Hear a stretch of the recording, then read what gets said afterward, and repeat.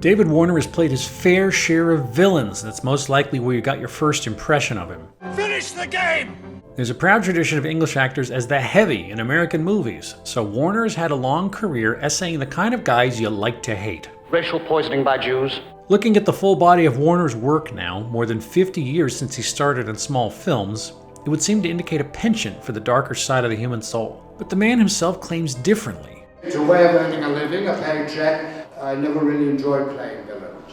How could so canny a performer have such a humble and deflecting attitude about his own career? After reviewing hours of his films and interviews, I have some ideas. Yes, when you learn how I think.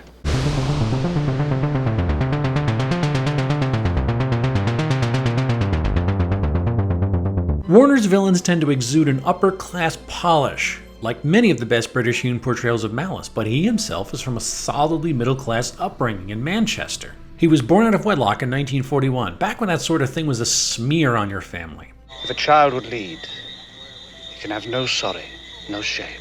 He shuffled back and forth between households, eventually landing with his father and stepmother. Warner remarks that schooling was a nightmare for him. I wasn't an athlete, I wasn't clever, I didn't pass exams, I had a very difficult home life. I was sort of the boy less likely to succeed. Somebody suggested to me, try for the Royal Academy of Dramatic Arts, and I got in. Warner followed up his classical education at RADA by joining the Royal Shakespeare Company, the holiest of holies. He was mingling with some of the greatest talents of his age, and sailed right past them to be cast as Henry VI in a smash production of Wars of the Roses in 1963.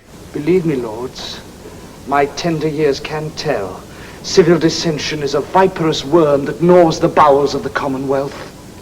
Warner speaks of his acting career with a tone of surprise. I never dreamed when I was a student that anybody would ask me to play Hamlet, but they did. If you see me in anything, I assure you, I'm the most surprised to have been asked to do it. One of the primary contradictions of his life is that even though he attended RADA, and by all accounts did well, he still felt like an outsider. Whereas other actors appeared to be able to call their own shots, Warner's had a career-long fear of being unemployed. Well, I don't turn down many parts. You know, the job comes, you say yes or no, and I said yes. Add to that an estrangement from the English stage, and one starts to see the case for a man adrift. But I'll return to that in a moment. I started off in theatre doing Shakespeare, and then I had stage fright and couldn't go on a stage for 30 years.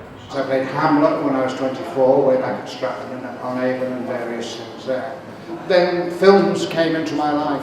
He had some success out of the gate in the English film market with his first two bona fide feature roles, Blifil in Tom Jones, and Morgan Delt, the titular character in Morgan, A Suitable Case for Treatment. These movie experiences would establish a few Warnerian tropes, namely the quiet menace he would inject in his work thereafter, as well as his cool emotional distance.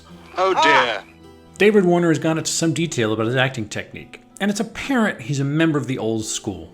I'm not very good at doing research, maybe that shows in some of the stuff I've done, but This is one of the primary technical differences between his classical mid-century training and his counterparts who had been adherents to the Stanislavski method out of New York. Or, as Malcolm McDowell puts it more pithily, Oh, well, Daniel Day-Lewis, Jesus, he lives with a musket, So Warner arrives on set and finds his character in the text, and he leaves it behind. He doesn't need to sleep on benches, disabuse hygiene, or carry on an accent through production. American method actors like Dustin Hoffman, they can improvise, they can make up dialogue. I can't. I'm Shakespeare, you have to have it written down. There's a trend towards bad men in much of his work. Are you man enough to face your better? But when asked about how much design he's had over his career, Warner repeats the old actor's saw. You have to just take what's given to you when the opportunity is presented to you. I'm sure that's a reality, but even within that condition, he's done some marvelous work as a league of villains. How many lights do you see there? There are 5. Each episode of this essay series is a personal journey for me, and as such, one of my founding memories of building film taste was seeing Tron in 1982. It's been denigrated as a Disney flop at the mouse's lowest ebb, but a cult has sprung up around it, as with most nerd-caused celebs. Jeff Bridges was beginning his leading man years, and his Kevin Flynn character added effortless California warmth to a movie shot on cold gray sound stages. His counter was David Warner, fresh from London, and the success of Terry Gilliam's Time Bandits, wherein he starred as evil genius. I would have started with lasers. 8 o'clock, day 1. Warner plays 3 roles. Ed Dillinger, Encom Company CEO, Sark, an evil living program inside the mainframe, and he was uncredited as the master control program of the mainframe itself. It's safe to say that Warner was the vet brought in to add some prestige and credibility to a lighter-than-air script. Doing our business is what computers are for. He makes these entities three separate threats in distinct ways. Dillinger is a Weasley schemer hiding behind a CEO title. Sark is a bully and a sadist who can't back up tough talk without an army behind him. And the MCP is the brute force thinking machine, given miles of rope by Dillinger. Classically trained English actors have been doing the genre thing for quite some time, so Warner was an esteemed company when he signed on to wear a lycra onesie and run around on a black curtain soundstage. All that drama school training and being with the Royal Shakespeare Company, and it's kill them, get them. He mightn't work in that Stanislavski way, but Warner arrives at his character psychologically. I would juxtapose his performance here with that of the aforementioned Morgan to see a through line of how he builds a deranged persona for the screen. Nice. Morgan! Yup. Hello. You told me you were going to stay in Greece until after the divorce. You agreed that, Morgan. I got back yesterday. I gave you an enormous check and you promised. I was there and suddenly realized I ought to be here. Stop you ruining your life. Now, wait a minute. I wrote you. I've gotten 2,415 times smarter since then. What do you want with the Pentagon? With the information I can access, I can run things 900 to 1,200 times better than any human. If you think you're superior to us... You wouldn't want me to dig up Flynn's file and read it up on a VDT at the Times, would you? You wouldn't dare.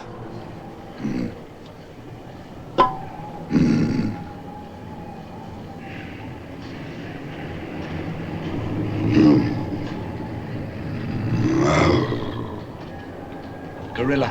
What? There's no cause for alarm. What the bloody hell do you... Gorillas are good. They're big, but they're good. Have you got a ticket?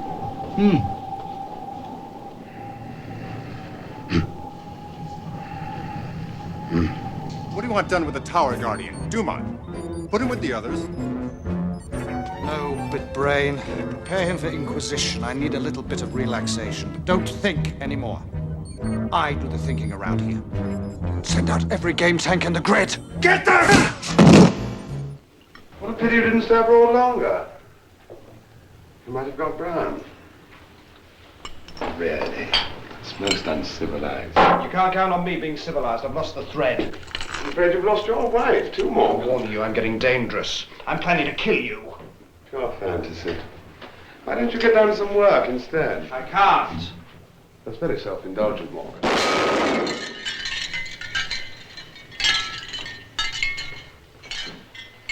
It was loaded. You've got a sort of acid feeling at the back of your throat, haven't you? I've been hoping you'd send me somebody with a little bit of guts. What kind of program is he? He's not any kind of program, Sark. He's a user. A user? That's right. He pushed me in the real world. What if I can't? You rather take your chances with me? Want me to slow down your power cycles for you? Wait! I need that! Then pull yourself together. Get this clown trained. I want him in the games until he dies. Play. Acknowledge. Acknowledge. Master Control. For two movies made 16 years apart in two very different cultural moments, there are a few similarities. I've been part of something quite important in the film business because I had that opportunity of working with Sam. It was wonderful, difficult, frustrating, painful, but I sit back here and feel very, very privileged to have had the opportunity. It's always for me a very pleasurable experience, and despite the kind of rumours and articles one reads about him, which I have, I never had any personal experience of anything like that. I just enjoy it. It's always fun, a laugh, and we become friends. Something very special. To make 3 films for Sam Peckinpah was something very, very special. Sam Peckinpah was a great movie director. So it's exciting, it's visceral, it's physical, it's romantic, it's funny, it's all sorts of things. One enduring theme of Warner's career is his unlikely 3-movie collaboration with the legendarily irascible American director, who cast him in The Ballad of Cable Hogue, Straw Dogs, and Cross of Iron. If David Warner ever had a permanent home in the business, it was as a member of that memorable actors rep. Warner was cast according to his early rakish character type as Reverend Joshua Douglas Sloan, a libidinous man of the cloth who makes the acquaintance of Cable Hogue. Peace and goodwill, brother. I come as a friend. Careful, son, I'm a man of God. Well, you damn near joined him. Sam Peckinpah's follow-up to the hardcore Wild Bunch was this goofy musical western, and David Warner's presence did a lot to leaven the atmosphere and contradict the critics who relegated the director to a violent type. Sometimes I question your sanity. This opened the door to Straw Dogs with Dustin Hoffman, a role that had a tortured genesis. I had a fall in Rome. Sam invited me to be in Straw Dogs. And I said, but Sam, I don't know if I'm going to walk again. I don't want to make it sound biblical, but I mean, he said, you'll get out of that bed and you'll walk and you'll get in front of the camera again. The faith Peckinpah placed in Warner was a vote of confidence, the likes of which he'd never before received. He said, I'm going to tell them that if this requirement isn't dealt with, there'll be no David Warner. And if there's no David Warner, there's no Sam Peckinpah. And if there's no Sam Peckinpah, there's no movie. For Cross of Iron, Peckinpah teamed Warner with the Old English lion James Mason, and the two actors had smashing chemistry together during a laborious shoot in Serbia. Your health, gentlemen. No, I'm not going to drink to my health. It's not worth drinking to. It's the end of the war.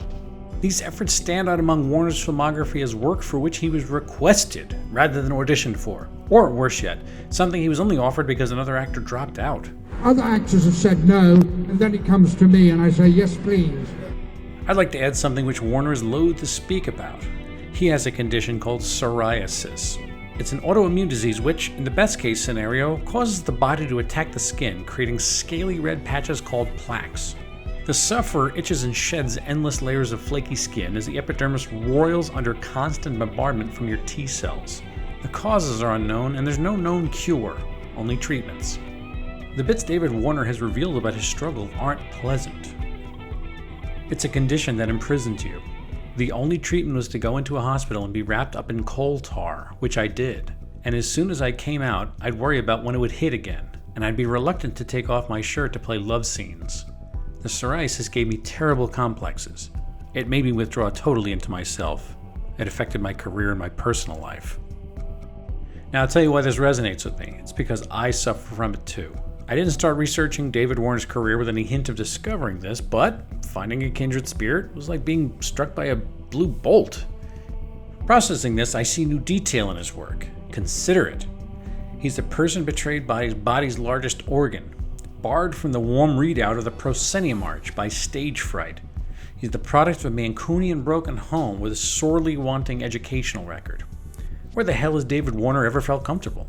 You know, it's impossible to talk about the process of doing the role. He may not describe his procedure as method, but I think he possesses, if I can use the Stanislavskian concept, plenty of sense memory, referring to emotional privation. I'm a reasonable man. David Warner's career is winding down, and he now takes roles which keep him closer to home, preferably in the short film space. He's also assigned himself a new mission. So it's very good to give back and being in a 20-minute film or something to help somebody along the way. We certainly don't do it for the money. Nobody really sees these films. I wish they would, purely because then the director would get some kind of exposure. It's a young man's game, of course, but Warner might have done everything a working actor could hope to do in a single lifetime. I've had such a fortunate, unexpected and lucky career that I don't say, oh my God, I wish I'd have played that. I played a Cardassian, a Klingon, and a human. Maybe I'd like to have got the girl once when I was young. He's got deep ranks of friends from one of the most influential eras in filmmaking and a filmography which spans more than 5 decades. I hope I've made the case here that goes some way towards varying the obvious conception you may have. David Warner is first and foremost a professional from a past era. It's not a question of planning a career to be a star, which I am not a star, I'm a good supporting character actor. The kind of actor who dislikes being idle, who might not always be in good movies, but he's always good in them. And a real actor's actor. The kind of performer who merits esteem from his colleagues. And I'm going to embarrass him now, but I've always been a tremendous admirer of his work. I think he's one of our great actors in England. To me, feature filmmaking is grounded by actors like David Warner. People who always exhibit cool competence, and more importantly, absolute believability. And I played with some Gregory Peck and all sorts of wonderful actors. So I'm very grateful to have had the opportunities. I never thought that I would be an actor. That wasn't what I thought I'd be. And so everything's a bonus. Being here is a bonus. Thank you.